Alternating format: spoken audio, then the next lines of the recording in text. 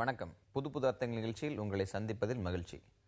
இன்றைய நமது நிகழ்ச்சியில் திராவிடர் இயக்க தமிழர் பிரிவின் நிறுவனர் சுபவீர பாண்டியன் அவர்களும் ஆர்எஸ்எஸ் அமைப்பின் முக்கிய நிர்வாகி சடகோபன் அவர்களும் வந்திருக்கிறார்கள்.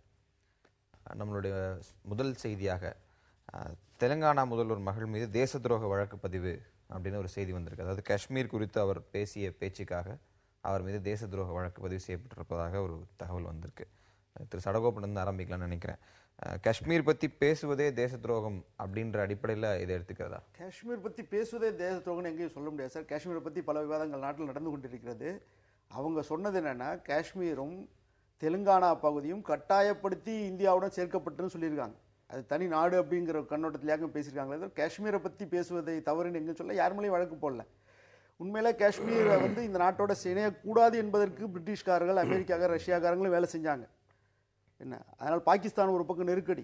அந்த மாதிரி ஒரு ரொம்ப இக்கட்டான சூழ்நிலையில் மகாராஜா ஹரிசிங் மற்ற சமஸ்தானங்கள்லாம் எப்படி பாரத நாட்டுடன் ஒன்றாக இணைந்ததோ அதே போல் எந்தவித நிபந்தனையும் இன்றி பாரத நாட்டுடன் நான் நினைக்கிறேன், நானே நினைத்தால் கூட இந்த காஷ்மீரை மீண்டும் என்னால் கேட்பதற்கு அதில் எந்த உரிமையும் கிடையாது என்று சாசனம் எழுதி கொடுத்துருக்காரே தவிர, அதே போல் ஹைதராபாத் நிஜாமும் அப்படி தான் தானாக வந்தால் சேர்ந்திருக்காரே தவிர, இது வந்து தனி நாடுங்கிற கண்ணோட்டத்தில் அந்த பேசுகிறாங்க. அதற்காக வழக்கே தவிர காஷ்மீரை பற்றி பேசக்கூடாது என்பதற்காக வழக்கு. காஷ்மீரும் தெலுங்கானாவும் வலுக்கட்டாயமாக இந்தியாவோடு இணைக்கப்பட்டது அப்படிங்கிறது கவிதா பேசியிருக்கக்கூடிய பேச்சு. இதற்காக அவர் மீது தேச துரோக வழக்கு பதிவு செய்யணும்னு கோரிக்கை வைக்கப்பட்டு தேச துரோக வழக்கும் பதிவு செய்யப்பட்டிருக்கு. இந்த பேச்சுக்கு தேச துரோக வழக்கு, இது ரெண்டையும் சம்பந்தப்படுத்தி பார்க்கும்போது உங்களுக்கு கருத்து என்ன? வரலாறு பேசுவதே தேச துரோகம் என்கிற நிலை இன்றைக்கு நாட்டில் ஏற்பட்டிருக்கிறது. நண்பர் சடகோபன் ஒரு செய்தி சொன்னார், எனக்கு ரொம்ப அதிர்ச்சியாக இருந்தது. அதாவது ஹரிசிங் வந்து சேரணும்னு சொன்னாருங்கிறது வேற, ஹைதராபாத் நிசாம் தாமாகவே வந்தார்னா இருப்பாருங்க. அவங்க வல்லபாய் பட்டேலே இரும்பு மனிதர் என்று சொல்லுவதே படைகளை அனுப்பி ஹைதராபாத் நிசாமை 3 நாட்களில் சேர்த்தார் என்பது. படைகளை அனுப்பி சேர்ப்பதும் தாமாக வந்து சேர்வதும் உண்டுதான்ங்கிறது எனக்கு புதிய செய்தி இன்னைக்கு காலையில். எனவே ஹைதராபாத் நிசாம் எல்லாம் தானாக வந்து விரும்பி சேரவில்லை. இன்னொரு சமஸ்தானத்தையும் சொல்லியிருக்கணும், அவங்க சொல்லலை. ஜுனாகத் அவங்களுக்கு தெரியும். ஜுனாகத் ஏனென்று கேட்டால் ஹரிசிங் இந்து மதத்தை சார்ந்தவர், மக்களில் பெரும்பான்மையானவர்கள் இஸ்லாமியர்கள் காஷ்மீரில். ஜுனாகத்தில் அந்த மன்னர் சுல்தான் மக்கள் இந்து மதத்தை சார்ந்தவர்கள். எனவே இரண்டும் எதிர்நிலையில் இருந்தது. இங்கே மக்கள் பேச்சை கேட்கணும்னு சொன்னோம், அங்கே மன்னர் பேச்சை கேட்கணும்னு ஹரிசிங்கை சொன்னோம். இது ஒரு பக்கம். ஹைதராபாத் நிசாம் மீது ஒரு மிக கடுமையான தாக்குதல் நடைபெற்ற வரலாற்றை உங்களால் மறுக்க முடியுமா? ஹைதராபாத் நிசாம் சுதந்திரம் கொடுக்குறப்ப இந்தியா இண்டிபெண்டன்ஸ் ஆக்ட் பிரிட்டிஷ்காரங்க எப்படி கொடுத்தாங்க? ஒன்று பாகிஸ்தானோட சேர்னா இல்லை இந்தியாவோட சேர்னா தனியா இருப்பேன்னு எங்கேயும் சொல்லலை. ஆனால் ஹைதராபாத் நிசாம் என்ன பண்ணாரு, நான் தனி நாடுன்னு சொன்னாரு. அப்புறம் நான் தேவைப்பட்ட பாகிஸ்தானோட சேருவேன்னாரு. ஐநா சபைக்கு பிரச்சனையை கொண்டு போனாரு. ஐநா சபை என்ன பாதுகாக்கணும்னாரு. அதனால பாரத நாடு முழுவதும் ஒன்று என்பதற்கு சர்தார் வல்லபாய் எவ்வளவு முயற்சி உண்மைதான். ஆனா அந்த படையில அனுப்பல.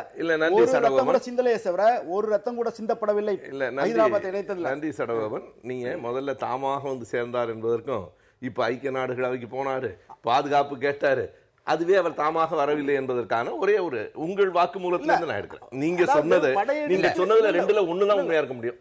அவர் கடைசியில கையெழுத்து போடும்போது நான் இந்த ஹைதராபாத் தெலுங்கானா சமஸ்தானம் கடைசியாக என்ன நடந்தது வரலாறுக்குள்ள ரொம்ப போகல. ஆனால் இப்படி ஒரு செய்தியை பேசுவதே தேச துரோகம். அதுவும் தேசத்துக்கு துரோகம் செய்தால் தேசம் அல்லவா வழக்கு போடலாம். பாஜகவினுடைய சட்டத்துறை செயலாளர் தான் தேசத்தை பாதுகாக்கிற ஒரே நபர். வழக்கு போடல சார், அவர் நீதிமன்றம்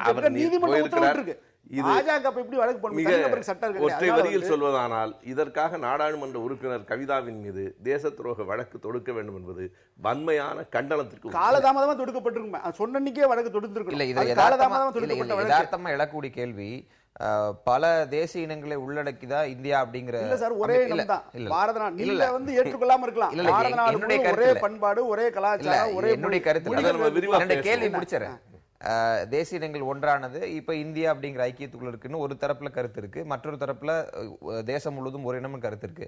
இப்படி 2 தரப்பிலும் எதிர்மறையான கருத்துக்கள் இருக்கும்போது அது மீது கருத்துக்களை வைப்பதற்காகவே தேச துரோக வழக்கு அப்படின்னு கருத்துக்களை வைக்கிறது யாருமே எதுக்கல. ஐயா போலவங்க எல்லாம் வந்து இந்த நாடு ஒண்ணு இல்லைன்னு சொல்றவங்க தான். நாம உட்கார்ந்து பேசுறோம், யாரும் அவர் தப்புன்னு சொல்ல, யாரும் அவர் மேல வழக்கு போட போறது இல்லை. ஆனால்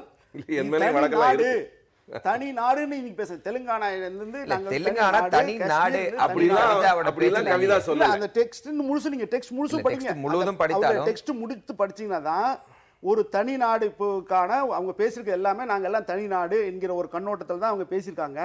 அதனால அவருக்கு புகார் தெலங்கானா வரலாற்றை முழுவதுமாக பார்க்கும்போது அது ஐந்தியாவோடு இணைக்கப்பட்டது அப்படின்ற வரலாறு இருக்கா? 549 சாம்ராஜ்யம் இந்தியாவோட இணைக்கப்பட்டதா? கவிதா பேசியிருக்கும் போது அதுக்கு தேச துரோக வழக்கு என்பது எப்படி சரியா இருக்குன்றதா யதார்த்தமா ஒரு கேள்வி. அவங்க அடுத்து சொல்றாங்க, நாங்க வந்து தனி நாடு பிரிந்து போட ஒரு பிரிவினை கண்ணோட்டத்தோட அந்த ஸ்பீச் பேசப்பட்டிருக்கிறது. அவங்க பேசின இடம் முழுசு டெக்ஸ்ட் எனக்கு வரக்கூடிய கேள்வி கண்ணோட்டத்தோட அவர்கள் பேசிய அந்த வார்த்தையில் வலுக்கட்டாயமாக சேர்க்கப்பட்டது என்பது வரலாற்று உண்மை. அதை யாரும் மறுக்க முடியாது. இன்னொரு செய்தியும், நான் உங்களுக்கு நிறைய செய்திகள் தெரியும், ஏன் அப்படி சொன்னீங்கன்னு எனக்கு தெரியல. மிக தெளிவாக வெள்ளையர்கள் சொன்னது, இந்த சமஸ்தானங்கள், அந்த பிரின்ஸ்லி ஸ்டேட்ஸ், அந்த வரிகளை நான் வேணா உங்களுக்கு அப்படியே எடுத்து சொல்றேன். இந்தியாவோடு பாகிஸ்தானோடு சேரலாம் அல்லது அவர்கள் தனித்திருப்பது பற்றியும் அவர்கள் முடிவு செய்யலாம்னு 3 நிபந்தனை மிக தெளிவாக வரக்கூடிய கேள்வி. இன்றைக்கு ஒரு நாடாளுமன்ற உறுப்பினர் இந்திய ஐக்கியத்துக்குள்ள ஒரு பிரதிநிதித்துவப்படுத்தப்பட்டு ஒரு தனி மாநில கோரிக்கையும் வென்றெடுத்த ஒரு கட்சியை சேர்ந்த ஒரு நபர், அப்படிப்பட்டவர் இது போன்ற பேச்சுக்களை பேசுவது வீண் சர்ச்சைகளை ஏற்படுத்தும் அப்படின்ற வாதத்தை நம்ம முற்றிலுமா நிராகரிக்க முடியுமா? இல்ல, அதாவது வரலாறு பல்வேறு விதமான சர்ச்சைகளை உள்ளடக்கியதுதான். அப்படியானால் வரலாற்றையே யாரும் பேசக்கூடாது என்று ஒரு சட்டத்தை கொண்டு வரணும். இனிமே எந்த வரலாற்றையும் எவரும் பேசக்கூடாது, எங்களை தவிர யாரும் எதுவும் பேசக்கூடாது சட்டத்தை அவர்கள் கொண்டு வந்துட்டாங்கன்னா, ஒரு சர்வாதிகார நாடுன்னு அறிவிச்சுட்டா இதெல்லாம் பேச முடியாது. ஒரு ஜனநாயக நாட்டில் இப்படிப்பட்ட செய்திகளை சொல்லுவதற்கு கூட தேச துரோக வழக்கு என்பது இந்த நாடு மெல்ல சர்வாதிகாரத்தை நோக்கி இந்த அரசு போய்கொண்டிருக்கிறது என்பதற்கான அடையாளம். இந்த நாடு சர்வாதிகாரம் போகவே முடியாது சார். சர்வாதிகாரத்தை எதிர்த்து போராடினவங்களே இந்த கட்சி தான், நாங்க தான். என்ன கண்டிப்பா மக்கள் சர்வாதிகாரத்தை இந்த நாட்டுடைய ரத்தத்துல வந்து ஊறி இருக்கு. ஜனநாயகம் இந்த நாட்டுல வந்து எந்த காலத்தையும் சர்வாதிகாரம் நிலைச்சு நிற்கவே முடியாது, கொண்டு வரவே முடியாது.